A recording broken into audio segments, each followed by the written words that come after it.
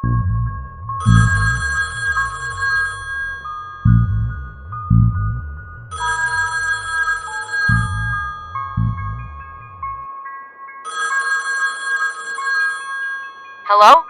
With Jessica Miller here?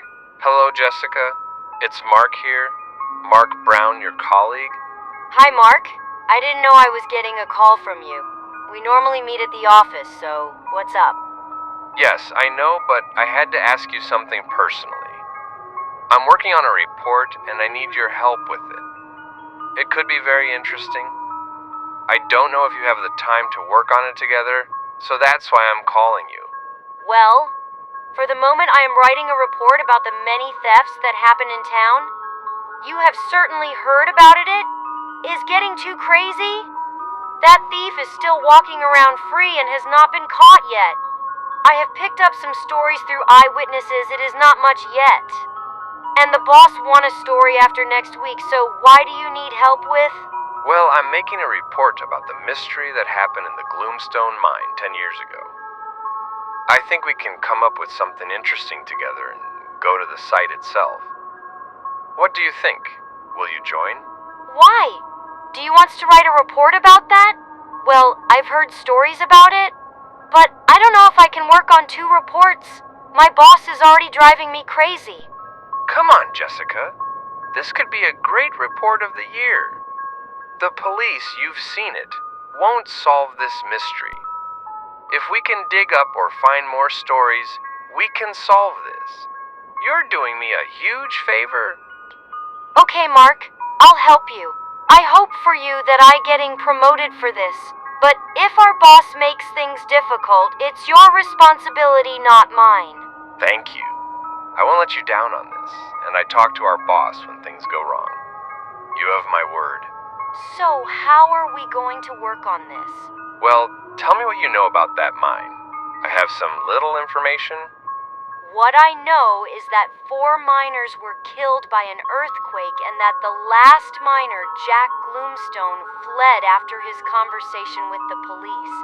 He is be described as a crazy, dangerous, and unstable person. That's what I know.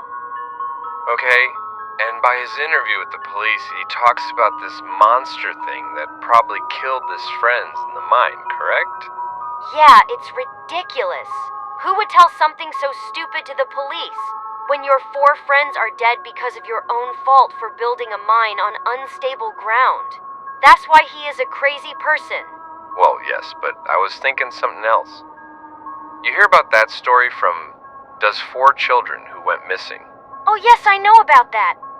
2 days ago, one of our colleagues did this report and interviewed one of the parents. That children went to play in Big Forest, the only big forest in the town where the Gloomstone mine is located. And I was thinking, can Jack not be that monster? What he was talking about, that he kidnapped those kids. Because he's hiding something in the mine. So, those kids would find it when they were nearby. He's still on the run. He's crazy and dangerous. What do you think? Wow, Mark, that is really deep thinking. I don't know if I agree with you or not, but I keep my mind open. Everything could be possible. It could also be that we are dealing with an ordinary kidnapper. Here, I find it strange that the police did not search the whole big forest, but a small part of it? Yes.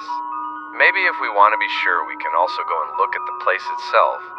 Maybe we will find something, or maybe those children are hidden in mine by the kidnapper. It might be risky, but we shouldn't go too deep into it. Going there is dangerous? I'm not sure, Mark. Maybe around the big forest is fine for me, but I have reservations about going deeper. If we do this, then don't do it at night, but in daylight. I still have some time the day after tomorrow to go with you, but we have to be careful. I don't want to get into trouble. I don't want to lose my job because of this. I know, Jessica. I don't want to lose my job if something goes wrong. It's no problem for me to do it during daylight. But I still want to look a little deeper into that large forest near that mine. You only get one chance, so the only problem is we can't get a camera to take footage, but it has to be fixed. So we'll first scout and see if we see anything, and once the camera's fixed, we can take footage to spot something for the report. Well, Mark, you're always someone who takes drastic steps, does what needs to be done. I'd rather it be over. Otherwise, I'll get a bigger headache. We can talk about this further tomorrow in the office. I still have to work on my other report, so I'll see you tomorrow. Okay, Jessica, I'll see you tomorrow. Sleep well? Good night.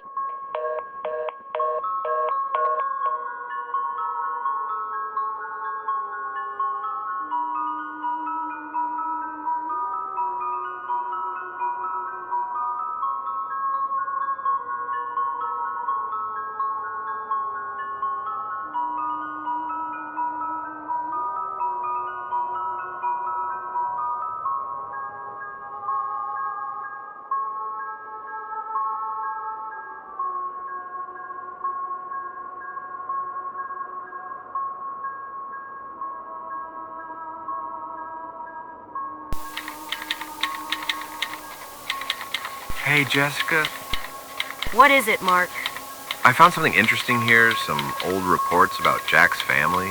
Mark, keep it down. We don't want to let our boss hear about this. Yes, I know.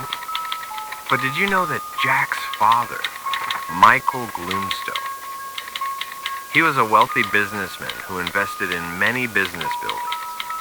He wasn't easygoing, but when he wanted something, he did it without a fight. Yes, he was an interesting man, especially when it had to do with his business.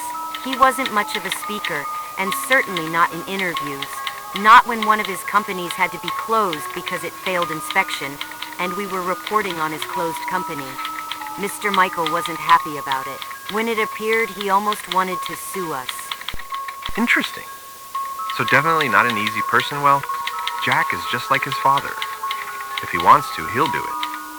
So he probably built that mine to look for gold, and that's what he did. In Jack's interview, his father knew nothing about it when his son stole money from him to build that mine. That's what I don't understand, why Jack would steal money from his own father. If you live in a wealthy family, his father wouldn't have agreed to his plan.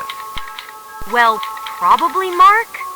Because Jack wants to build his gold mine without the village knowing anything about it and without a permit that Jack certainly doesn't dare tell his father, as I heard from an old colleague. Hey, Jessica, do you want to print these documents for me? I need them tomorrow. I hope that doesn't bother you. Yeah, sure, Alice? No, you are not disturbing. Me and Mark are just talking about our daily lives, not that important. Okay, thank you. Listen, Mark, I'd love to talk about this, but I don't want anyone to hear this story from us. It's very sensitive to talk about the Gloomstone family and that mine, and sometimes the boss stares at us in his office. It's very uncomfortable. Yes, maybe you have a point. Then we will talk about it further, when we are at the location. I have written down most of the things. I can still make a phone call from one of those children's parents. Maybe they remember something new. I can get something out for the report. Well, you can try, Mark. Whether it really helps is the question. We didn't get much out of the parents' interviews a few days ago, and especially with concerned parents, they don't like talking to reporters. They prefer to talk to the police when they have new news about the missing children, so you know how things will go. Yes, I get your point, Jessica. But you never know. I never understand why those parents let their children play so far from their house. Because the big forest and the town are a long way apart. Why don't those parents suspect it's strange to go play so far away? Why isn't there snow in the big forest where that mine is? This is a question that's been going around for 10 years. Police are baffled. When everything is covered in snow in winter, except where the big forest is, it's like half summer, half autumn. It can't get any crazier, or Mother Nature is playing us for fools. I can't understand it either. That forest could definitely be cursed, who knows? I get the creeps just thinking about it. And those kids definitely lied to their parents when they went there, you know. I have to get back to work now if you don't mind. We'll see tomorrow. Okay, no problem.